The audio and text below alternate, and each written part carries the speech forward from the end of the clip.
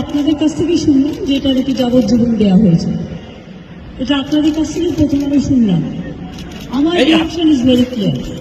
আমরা প্রথম দিন থেকে ফাঁসির দাবি করে এসেছিলাম এবং আজকেও আমরা সেই দাবিতে অটুট আছি, কিন্তু আদালতের রায় ন্যাচারালি এখন সবাই মিলে কি বলবেন আমি জানি না, বাট যেটা হচ্ছে আমরা 3টে কেসে আপনারা দেখেছেন 54 দিন থেকে 60 দিনের মধ্যে আমরা ফাঁসি অর্ডার করেই দিয়েছি।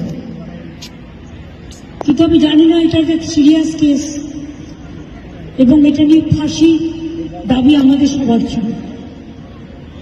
সেক্ষেত্রে বিচারের রায় নিয়ে আমি আমার কথা বলতে পারি।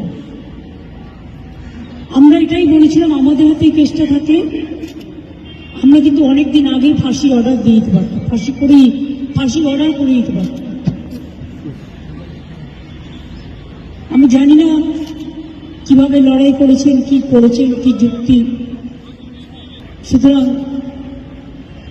ডিটেলসটা তো আমি জানি না। ডিটেলসটা তো সিবিআই করেছে এবং আমাদের হাত থেকে তো কেসটা ইচ্ছা করে কেড়ে নিয়ে চলে গেল। আমরা তো বলেছিলাম আমরা যদি করতে না পারি তাহলে আপনারা সিবিআইকে জন্য আমার কোনো আপত্তি নেই, কারণ আমরা চাই বিচার হোক। এই নরক বিচারদের চরমতম শাস্তি হওয়া উচিত। যে আমি তো ডিটেলস কাগজপত্র দেখিনি, but I am not satisfied, কারণ আমি ফাঁসি হলে অন্তত মনকে সান্ত্বনা দিতে পারব।